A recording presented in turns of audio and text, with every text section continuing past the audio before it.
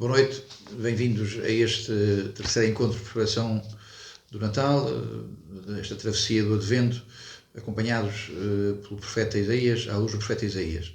Convido-o a colocar-nos na presença de Deus, fazendo com piedade o sinal da cruz. Em nome do Pai, do Filho e do Espírito Santo. Sede de sabedoria, rogai por nós. Santo Agostinho, rogai por nós. Chama a atenção para qualquer coisa que tem a ver hoje com o texto de hoje, chama a atenção para que nós invocamos os santos e, portanto, os santos são as testemunhas de Jesus Cristo. Os santos são pessoas que vivem os dons de Jesus e testemunham Jesus. Têm a plenitude, têm a abundância do Espírito de Jesus. A plenitude do Espírito Santo tem apenas Jesus. Os santos têm a abundância, a sobreabundância do Espírito de Jesus. Então é significativo que nós nunca dizemos Isaías, rogai por nós, nós não dizemos Abraão, rogai por nós, embora na Idade Média se falasse de Santo Abraão, de Santo Elias, se nomeasse, numa determinada época, nomeassem como santos os santos do Antigo Testamento. Com efeito, o que é relevante é que para nós os cristãos, os santos são aqueles que têm o Espírito de Jesus, receberam de Jesus, da plenitude que Jesus tem, receberam participação, receberam então o seu Espírito, receberam os seus 7 dons. Já lá vamos. Passo a ler o texto que hoje pretendo comentar. Saímos do que chamei com os autores, com os comentadores, o livro de Emanuel. Portanto, o livro de Emanuel é Isaías 5:1 a 10:4. Hoje vamos ouvir Isaías 11:1-10. Então passo a ler. Brotará uma vergôntia da raiz de Jessé, e das suas raízes um rebento germinará. Sobre ele repousará o Espírito do Senhor, Espírito de sabedoria e de inteligência, Espírito de conselho e de fortaleza, Espírito de ciência e do temor de Deus. As suas delícias são o temor de Deus. Não julgará pelas aparências, nem decidirá por ouvir dizer. Antes fará justiça aos pobres e julgará com retidão a gente do povo. Ferirá os arrogantes com a vara da sua boca e matará os ímpios com o sopro de seus lábios. A justiça será o cinto de seus rins e a liberalidade o cinto dos seus flancos. E o lobo sairá com o cordeiro e o leopardo dormirá com o cabrito. O novinho e o leãozito pastarão juntos e uma criancinha será o seu pastor.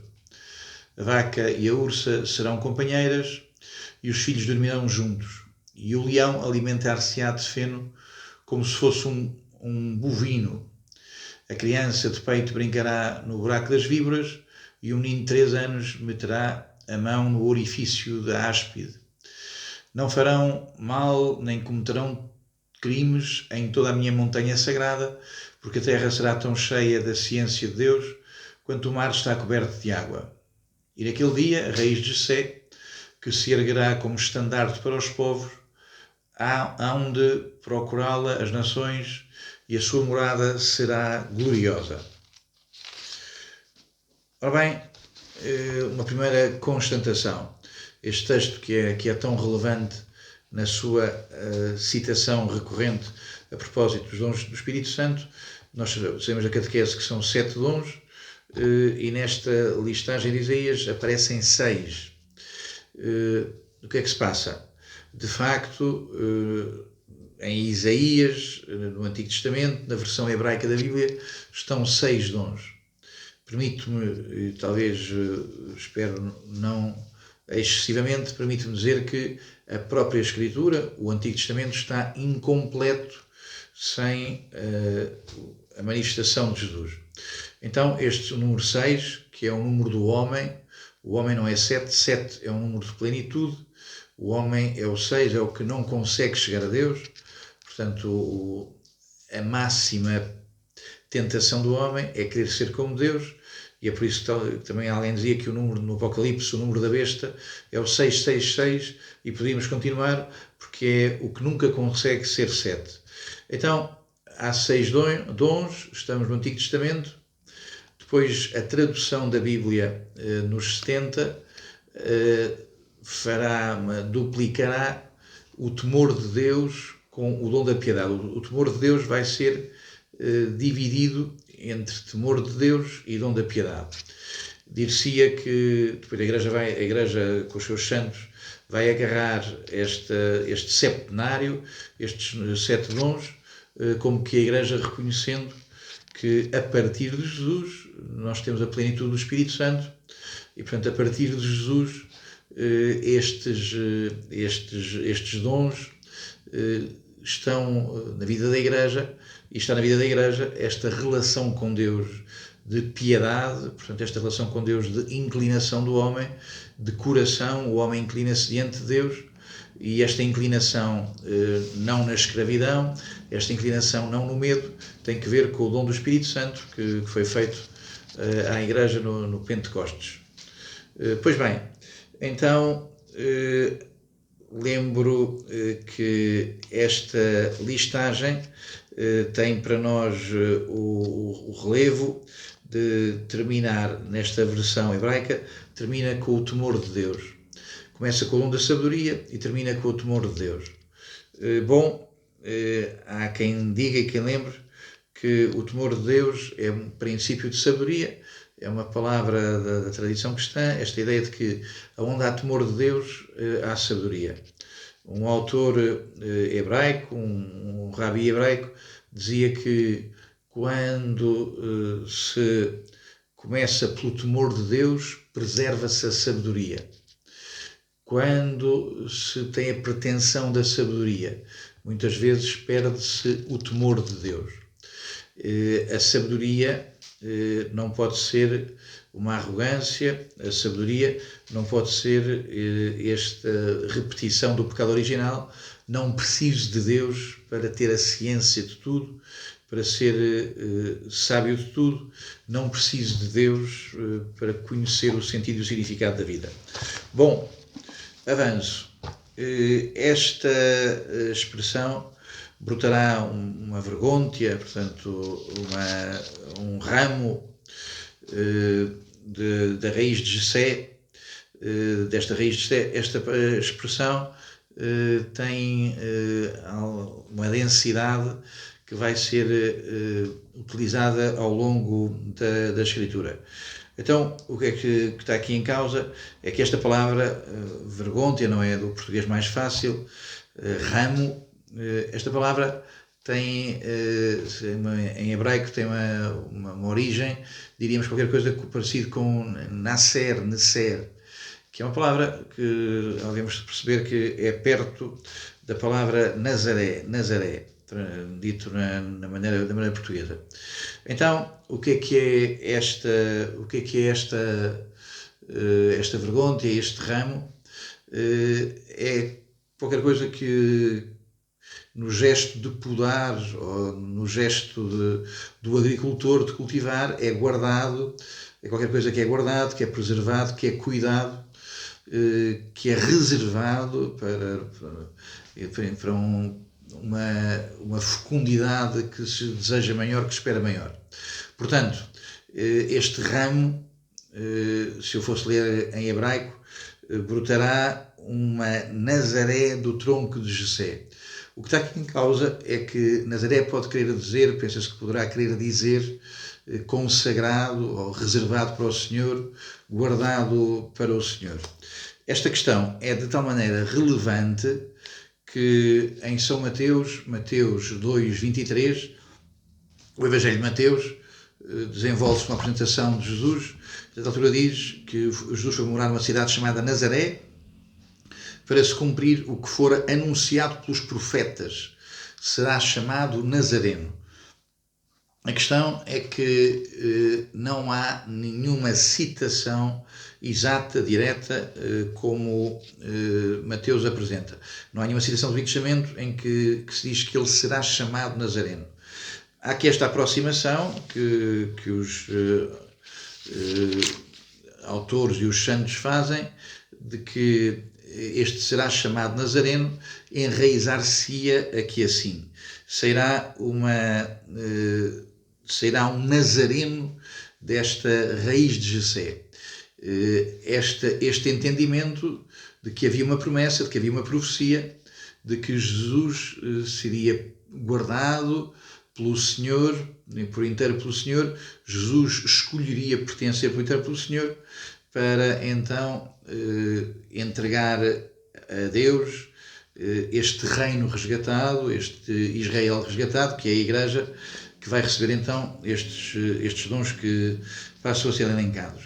Bom, não me vou deter sobre os dons do Espírito Santo, isso é outra catequese, é a catequese do Crisma, uma catequese, diria mais, carismática. O que chama a atenção é que estes dons, como vêm aqui apresentados, de algum modo são as características dos grandes patriarcas de Israel, são as grandes características dos grandes chefes de Israel, que se distinguiam cada um por estas virtudes que aqui são apresentadas. David, o Abraão, o Jacó, de cada um deles, o Moisés, de cada um deles se poderiam identificar estes títulos.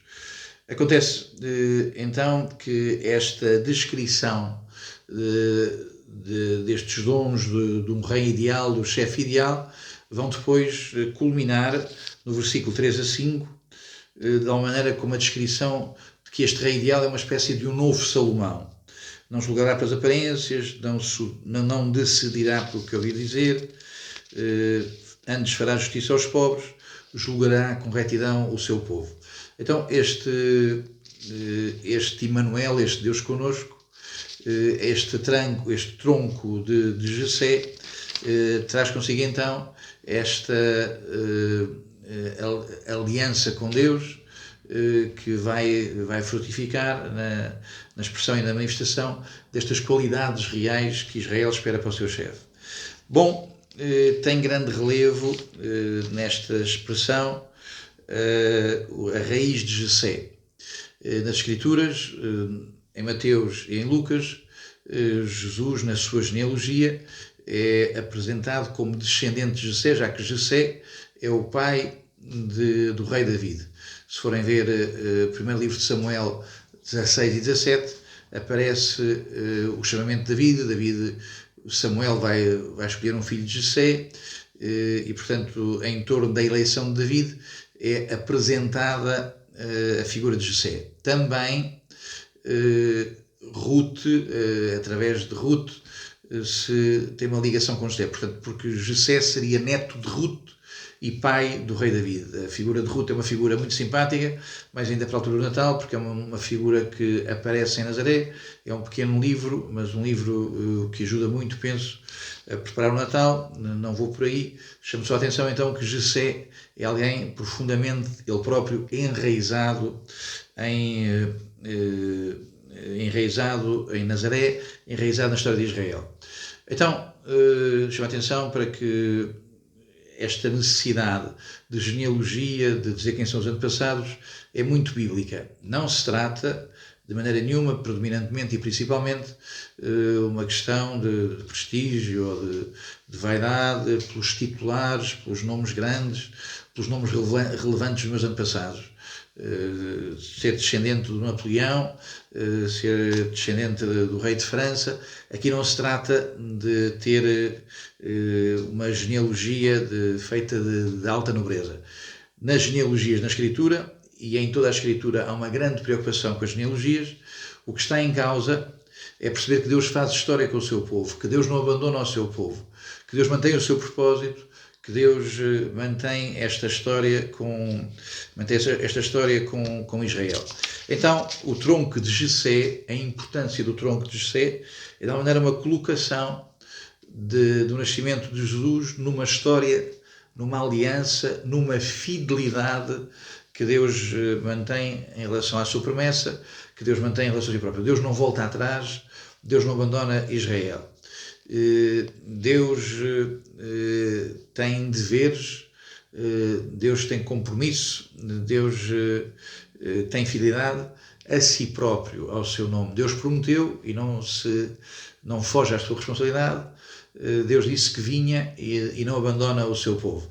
Então, toda esta questão de haver uma continuidade, de haver uma família, de haver um vínculo, é a afirmação de que Deus não deixou o seu povo para trás.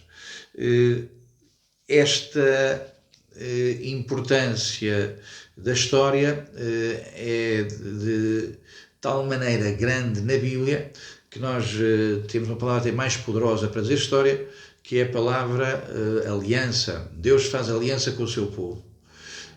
A história é a história da aliança de Deus com o seu povo.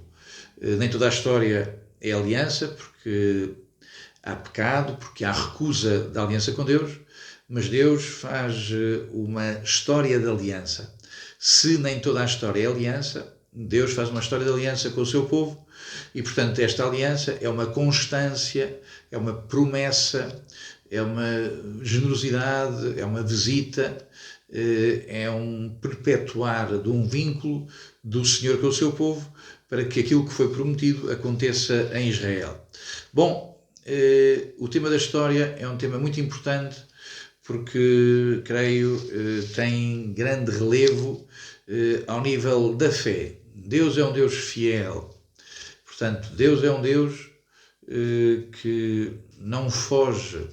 Deus é um Deus que não percebemos, que muitas vezes não vemos, cujo desígnio providencial tantas vezes nos faz sofrer, nos faz passar por situações que à partida ninguém desejaria, mas Deus é um Deus que permanece com Israel. Deus é um Deus fiel. Portanto, o tema da história é um tema da fidelidade de Deus ao seu propósito.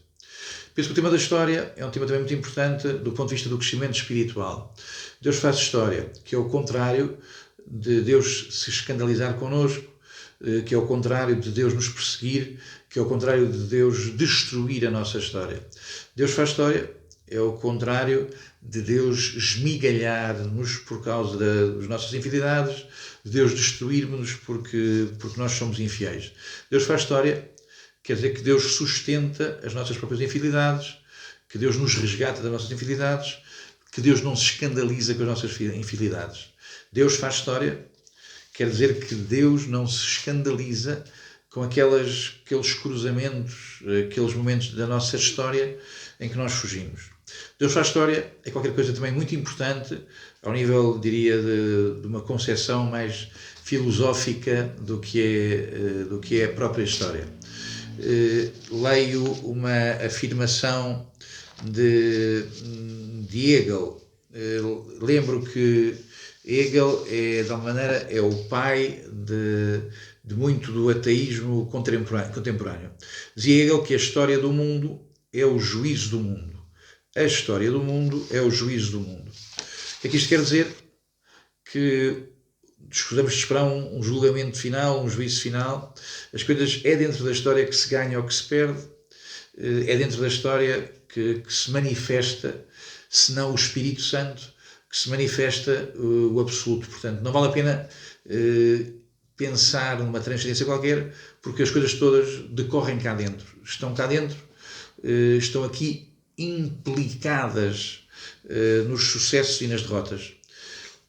Um discípulo de Hegel é um homem importante, muito importante do século XX e um homem muito atacado, hoje muito desconsiderado, mas tem uma afirmação que, creio, de uma forma geral, todos os não crentes, todos os que são ateus ou que são agnósticos, e há, muitas vezes até na fragilidade dos próprios crentes, também penso que aceitariam esta frase que passo a dizer: fora da história, o homem não é nada. Fora da história não há nada, portanto, isso do céu, isso do paraíso, é aqui que as coisas acontecem todas. Fora da história o homem não é nada. Esta frase é de Mussolini, que é hegeliano. Lembro que os fascismos e os nazismos têm origens nas doutrinas do Hegel e, portanto, numa filosofia ateia que veio por aí abaixo até estes autores.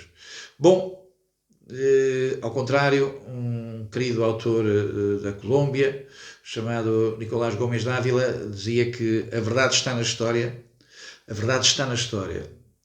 mas a história não é a verdade. A verdade está na história, Cristo está na história. Dentro da história podemos nos encontrar com Cristo.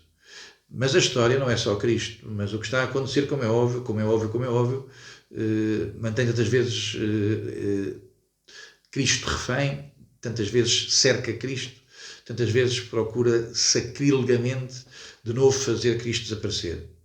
Bom, eu próprio queria dizer que esta ideia de que Deus não está na história, é depois uma versão daqueles crentes que não são suficientemente cristãos. A ideia de Deus não está na história é qualquer coisa que tenta sempre os próprios cristãos.